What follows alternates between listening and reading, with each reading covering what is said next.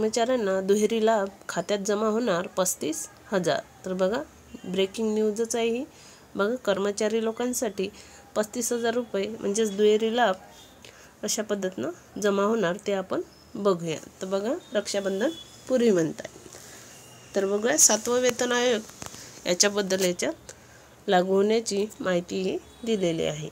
तर बघूया 7वं वेतन आयोग 2024 या आर्थिक वर्षात सरकारी कर्मचाऱ्यांसाठी आनंदाची बातमी आहे। बघा 7वं वेतन आयोग हे चालू झालेलं आहे। त्याच्यानुसार किती पगार मिळणार ते इथे सांगितलेलं आहे। तर सरकार त्यांच्या कल्याणासाठी विविध पावले उचलत असून यामध्ये महागाई भत्त्यात वाढ आणि प्रोत्साहन रकमेत लक्षणीय वाढ यांचा समावेश आहे। बघा यात काय काय समावेश आहे। महागाई भत्ता वाढणार आहे, प्रोत्साहनपर रकमेत लक्षणीय वाढ होणार आहे, याचा यात समावेश आहे। या निर्णयामुळे हजारो कर्मचाऱ्यांच्या उत्पन्नात वाढ होणार आहे। तर या लेखात आपण सविस्तर माहिती बघूया। तर बघा महागाई भत्त्यात वाढ। तर सरकार महागाई भत्त्यात आणखी एक वाढ करण्याच्या विचारात आहे। ही बातमी कर्मचाऱ्यांसाठी दिलासादायक आहे, कारण वाढत्या महागाईच्या पार्श्वभूमीवर ही वाढ त्यांच्या दैनंदिन खर्चाला हातभार लावणारी ठरेल। सध्या याबाबत जोरदार चर्चा सुरू आहे। लवकरच याबाबत अधिकृत घोषणाही होण्याची शक्यता आहे। बघा चर्चा सुरू आहे, अधिकृत घोषणाही होणारच आहे। तर आता सर्व काही योजना ह्या सुरू होणार आहेत, झालेल्या आहे। लाडकी बहीण योजना पण सुरू झाल्या, पैसे पण अकाउंटला आले, तसेच हे पण लवकरात लवकर चालू होणार, म्हणजे होणारच।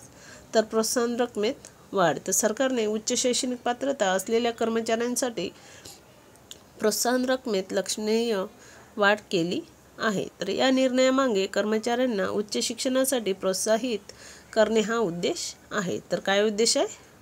उच्च शिक्षणासाठी प्रोत्साहित करणे हा उद्देश आहे। प्रोत्साहन रकमेतील बदल। तर बघा काय बदल आहे। पूर्वी सरकार उच्च पदव्या असलेल्या कर्मचाऱ्यांना प्रोत्साहन म्हणून 10,000 रुपये देत असे। तर बघा याच्या आधी 10,000 रुपये एवढं प्रोत्साहनपर त्यांना मिळत होतं, तर उच्च पद असणाऱ्या म्हणजे वरच्या पदेवाल्या लोकांसाठी। तर आता गेल्या वर्षी ही रक्कम तिप्पट करून 30,000 रुपये करण्यात आली आहे। बघा तिप्पट झाले, 30,000 रुपये ही करण्यात आले। भविष्यात यावर्षी बघा यावर्षी सरकार या रकमेत आणखी 5,000 रुपयांची वाढ करण्याच्या विचारात आहे। म्हणजे 30,000 आधी मिळत होते, आता त्यात 5,000 रुपये परत वाढ होणार, असे 35,000 रुपये तुम्हाला मिळणार। तर पात्रतेनुसार प्रोत्साहन रक्कम बघा पदव्युत्तर पदवी किंवा 1 वर्षाहून अधिक कालावधीच्या डिप्लोम्यासाठी 25,000 रुपये, PhD किंवा समकक्ष पात्रता असणाऱ्या लोकांसाठी 30,000 ते 35,000 रुपये एवढं त्यांना मिळणार। तर लाभार्थी कर्मचारी या वाढीव रकमेचा लाभ केवळ त्या पदवीधारकांनाच मिळेल जे कर्मचारी पदाशी संलग्न आहेत। अधिकारी पदावर असणाऱ्या या योजनेतून वगळले जाईल। बघा जे अधिकारी आहे ते वगळले जाणार असे म्हणतायत, जे पदवीधारक आहे आणि त्या पदाशी संलग्न आहेत अशाच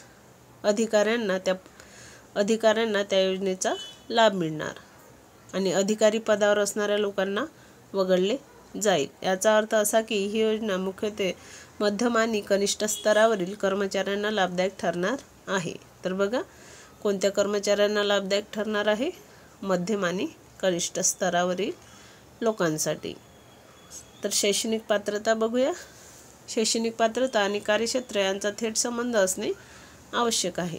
बघा शैक्षणिक जे त्यांची पात्रता आहे आणि त्यांचं जे कार्यक्षेत्र आहे म्हणजे त्यांचा जो जॉब आहे त्यात संबंध असणे आवश्यक आहे। केवळ शैक्षणिक किंवा साहित्यिक पदव्यांसाठी प्रोत्साहन दिले जात नाही। बघा केवळ शैक्षणिक किंवा साहित्यिक पदव्यांसाठी प्रोत्साहन दिले जात नाही म्हणतात। बघा कर्मचाऱ्यांची पदवी त्यांच्या कार्यक्षेत्राशी संबंधित असणे महत्त्वाचे आहे। या निर्णयाचे महत्त्व बघूया। तर शैक्षणिक पात्रता आणि कार्यक्षेत्र यांचा थेट संबंध असणे आवश्यक आहे। केवळ शैक्षणिक किंवा साहित्यिक पदव्यांसाठी प्रोत्साहन दिले जात नाही। कर्मचाऱ्यांची पदवी त्यांच्या कार्यक्षेत्राशी संबंधित असणे आवश्यक आहे। बघा हे बघितलं होतं, सॉरी परत रिपीट झाले। उच्च शिक्षणात प्रोत्साहन हा निर्णय कर्मचाऱ्यांना उच्च शिक्षण घेण्यास प्रोत्साहित करेल। बघा उच्च शिक्षणास प्रोत्साहन हा निर्णय कर्मचाऱ्यांना उच्च शिक्षण घेण्यास प्रोत्साहित करेल, ज्यामुळे त्यांच्या कौशल्यात वाढ होईल. कार्यक्षमतेत वाढ. अधिक शिक्षित कर्मचारी त्यांच्या कामात अधिक कुशल असतील, ज्यामुळे एकूणच कार्यक्षमता वाढेल. आर्थिक लाभ. वाढीव प्रोत्साहन रक्कम कर्मचाऱ्यांच्या उत्पन्नात वाढ करेल, ज्यामुळे त्यांचे जीवनमान हे सुधारेल. प्रतिभा आकर्षक आणि धारणा. ही योजना प्रतिभावान व्यक्तींना सरकारी नोकरीकडे आकर्षित करेल आणि सध्याच्या कर्मचाऱ्यांना कायम ठेवण्यास मदत करेल. तर बघा काय म्हणते, ही प्रतिभा आकर्षक आणि ही योजना प्रतिभावान आणि व्यक्तींना सरकारी नोकरीकडे आकर्षित करेल आणि सध्याच्या कर्मचाऱ्यांना कायम ठेवण्यास मदत करेल म्हणतात. अंमलबजावणीची अपेक्षित वेळ. बघा कधी अंमलबजावणी होणार, तर मिळालेल्या माहितीनुसार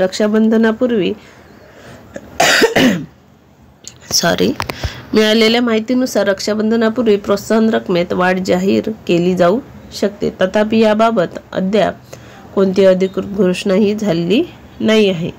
कर्मचाऱ्यांनी सरकारच्या अधिकृत सूचनांची वाट पाहणे महत्त्वाचे आहे. महत्त्वाची टीप बघा, ही योजना फक्त कर्मचारी पदावर असलेल्यांसाठीच आहे. बघा ही योजना कोणासाठी आहे, तर जे कर्मचारी आहेत आणि जे आता पदावर आहेत त्यांच्यासाठी ही योजना आहे, अधिकाऱ्यांसाठी नाही आहे. बघा जे अधिकारी लोक आहेत त्यांच्यासाठी नाही आहे.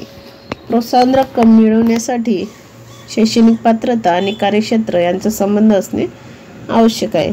अधिक माहितीसाठी सरकारी वेबसाईटला भेट देणे महत्त्वाचे आहे. बघा सरकारची जे काही वेबसाईट आहे त्याला वेळोवेळी भेट द्या, तुम्हाला माहिती होणार. सरकारचा हा निर्णय कर्मचाऱ्यांच्या कल्याणासाठी एक महत्त्वपूर्ण पाऊल आहे. महागाई भत्त्यात वाढ आणि प्रोत्साहन रकमेत लक्षणीय वाढ यामुळे कर्मचाऱ्यांचे जीवनमान सुधारेल आणि त्यांना उच्च शिक्षणासाठी प्रोत्साहन मिळेल. या निर्णयामुळे सरकारी क्षेत्रात काम करणाऱ्या कर्मचाऱ्यांचे मनोबल वाढेल आणि त्यांची कार्यक्षमता सुधारेल अशी अपेक्षा आहे. तर बघा महत्त्वाचं आहे, 30,000 आधी भेटत होते, आता प्लस त्यात 5,000 भेटणार, म्हणजे असे 35,000 रुपये तुम्हाला महागाई भत्ता हा मिळणार आहे. आणि ते पण अधिकारी लोकांसाठी नाही आहे, जे काय आपले म्हणजे मध्यम आणि कनिष्ठ जे लोक आहेत जॉबवाले त्यांना आहे, त्यांच्यासाठी हे महत्त्वाची घोषणा आहे. आणि रक्षाबंधन पूर्वी प्रोत्साहन रक्कम मिळणार म्हणतात, पण रक्षाबंधन पूर्वी तर आता लाडकी बहीण योजनेचे पैसे झालेत जमा, त्याच्यानंतर मिळू शकते. त्याच्यामुळे व्यवस्थित बघा आणि माहिती करून घ्या.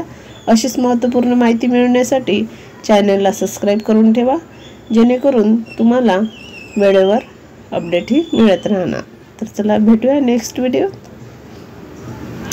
अशीच महत्त्वपूर्ण माहिती घेऊन.